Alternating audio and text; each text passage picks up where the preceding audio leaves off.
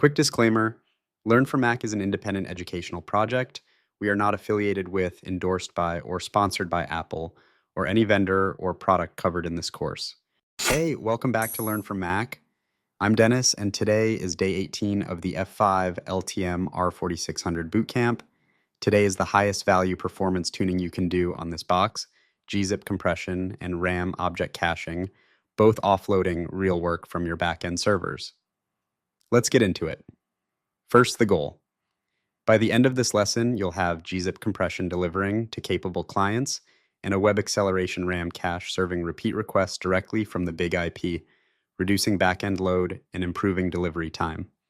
Here's what you need: a virtual server with an HTTP profile already attached from day 09, LTM and the web acceleration module licensed, admin access, and a basic grip on accept encoding, content encoding, and cache control headers.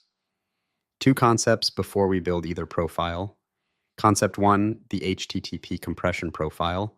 It inspects the client's accept encoding header, and when gzip or deflate is advertised, compresses the response on the BIG-IP before forwarding it, offloading CPU cycles from your pool members entirely. You control which MIME types get compressed and the minimum size threshold, so you're never wasting cycles compressing an already compressed JPEG or PDF. Concept 2, the web acceleration profile, the RAM cache. This stores HTTP responses in RAM so identical subsequent requests get served directly from the BIG-IP, never touching the pool at all. You define max cache size, object size limits, and URI include and exclude patterns, and getting those exclusions wrong is a real risk, since cached content that shouldn't be cached is effectively a data leak. All right, 3 labs. First, a tuned compression profile, text MIME types included, binaries explicitly excluded, verified with a real curl request, checking for content encoding gzip.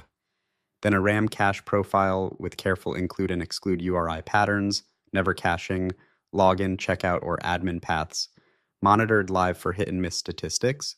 Then a REST API pass to query both profile stats, plus a temporary diagnostic iRule that logs exactly what's being compressed and cached per request. Let's get into it. Lab 1, a compression profile, text content included, binaries explicitly excluded. Attach it to the virtual server, verify it live. A client advertising gzip support should get a compressed response back. Lab 2, a RAM cache profile, static assets included, anything sensitive explicitly excluded. Attach it. The virtual server needs an HTTP profile already present for this to work. Watch cache statistics build up live as real traffic hits it. Lab 3, pull both profile statistics through the REST API. A temporary debug iRule, logging exactly what's compressed and cached per request. Attach it temporarily and watch the log live. Once done troubleshooting, remove it. This doesn't stay in production.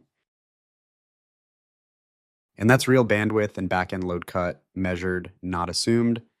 There are self-check questions on the lesson page worth sitting with, cache exclusion patterns especially, since a login or checkout path accidentally cached is a genuinely serious problem, not just a stale content annoyance. Take a minute with those. Quick recap before we go. Compression offloads CPU from your servers, but skip it on already compressed binary formats, or you're wasting cycles for nothing. RAM caching serves repeat requests without ever touching the pool, a real, measurable load reduction for cacheable assets. Cache exclusion patterns are a security boundary, not just a performance knob.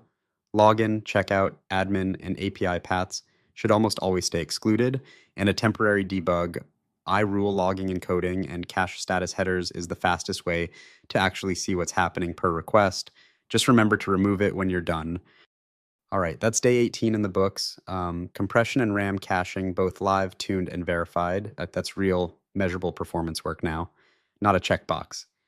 If this was useful, hit subscribe. You won't miss a single lesson. Next up is day 19, high availability, DSC, and device groups. See you there.